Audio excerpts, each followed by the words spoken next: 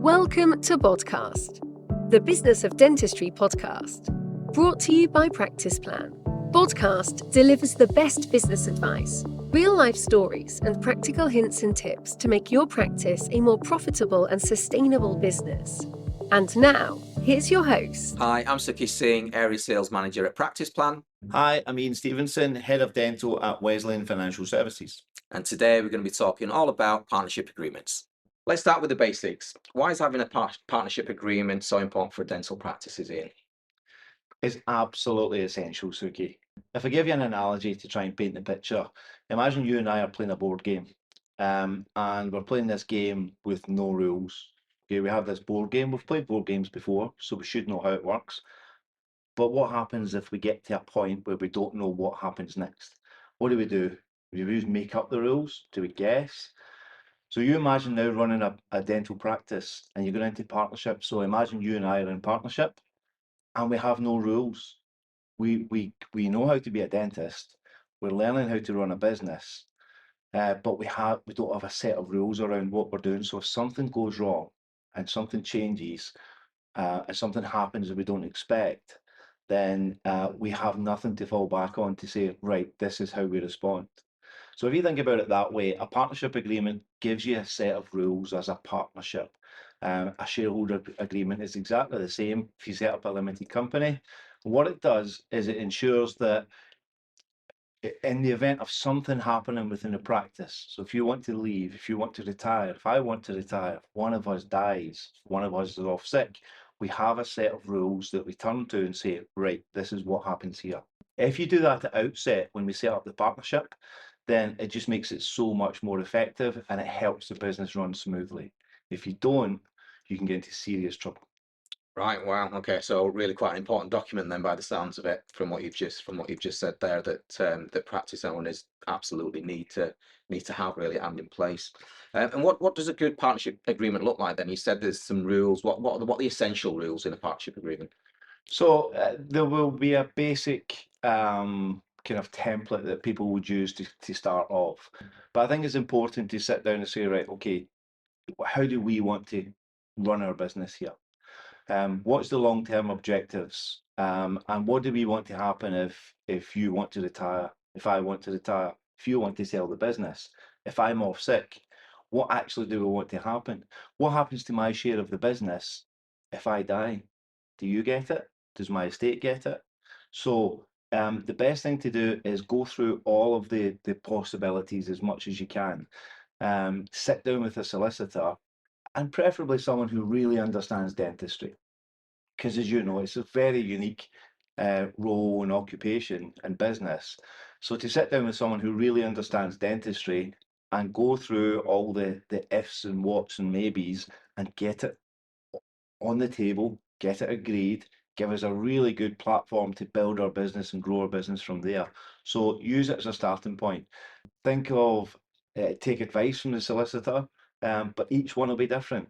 It's not an off the shelf, off the page type of thing. It's the kind of thing that needs to be right for us as a business. Great. Okay. It sounds like circumstances can change in business, can't they? As we all know. So to that end, I mean, when should they be reviewed? Should it be an annual thing? Is it when things happen? I'm thinking that maybe things need to be changed and reviewed prior to anything coming along that can have a massive impact, I suppose. Yeah, that's a really good point. If you wait till something's happened, it's too late. Yeah. So ideally, it should be annual. If you've got a bit of time to sit down and say, does this do what we want it to do? Okay, does this still represent us? You're right to say that a business will evolve, a dental business will change over time, and therefore the practice agreement should change as well. And if you can get into the habit of just checking on it once a year, it's not a huge task. Okay, you're just reflecting on, has anything changed? Are our opinions still the same on all of this? Right, fine, move on. But at least give yourself space and time. I would suggest once a year, just to do a quick check, make sure everything's right, run it past the solicitor just to make sure nothing's changed, and that will keep you right. It is as important to review it as it is to set it up in the first place. Again, you and I setting up a business just now, in 10 years' time, it's going to look and feel very different, isn't it?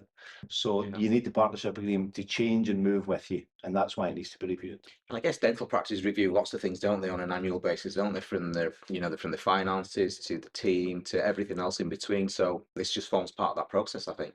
Yeah, it absolutely does. There's so much that changes in the world of dentistry for a start, and then everybody's personal lives change. When you think you might want to retire changes, how you exit the business, when you exit the business, how quickly the business is growing, all of that is taken into account when you think, yeah, the business is going to evolve, probably way more dramatically than you think. And what if we want another practice? What if we want to expand? What if we want to extend? So we need the rules in place. We need to make sure it's up to date, and we need to make sure that this agreement evolves with us.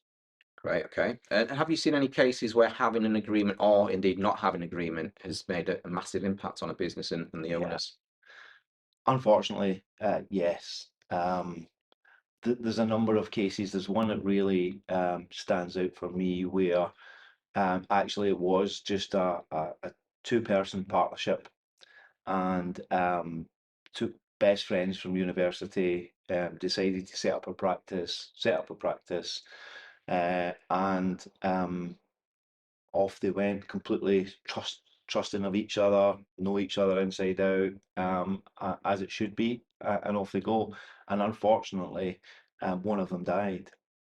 So that meant that, right, okay, what happens to his share of the business? So apart from all the grieving aspects and all the emotional challenge around that, you've got the financial and you've got the logistical issues around, we are running a business here, or we were running a business here. Now what happens? So actually what happened was the person who died, his son inherited a share of the partnership. In fact, a 50% share of the partnership. So that meant that the dentist who's still trying to run the business has a business partner for someone who doesn't know anything about dentistry really, and vice versa. The person, the young chap who now takes over this business, um, doesn't want to be involved in a dental business. He just wants his share of the business. So without the appropriate agreements in place, that's the kind of thing that can happen. And then you're having to solve that puzzle and rewind stuff and come to agreements and raise finance, in order to get it all to where it should have been in the first place. So it is very real. It does happen. Things go wrong. There was another one where what I remember, one of the partners had an issue around malpractice, and it meant that not having the appropriate agreement in place, the rest of the partners were getting dragged into that situation as well. So you just have to be very careful about what's in it, making sure that it's you're open and honest, and you understand that, trying to anticipate as much as you possibly can, because bad things happen, I'm afraid, and this just at a time when you need it most.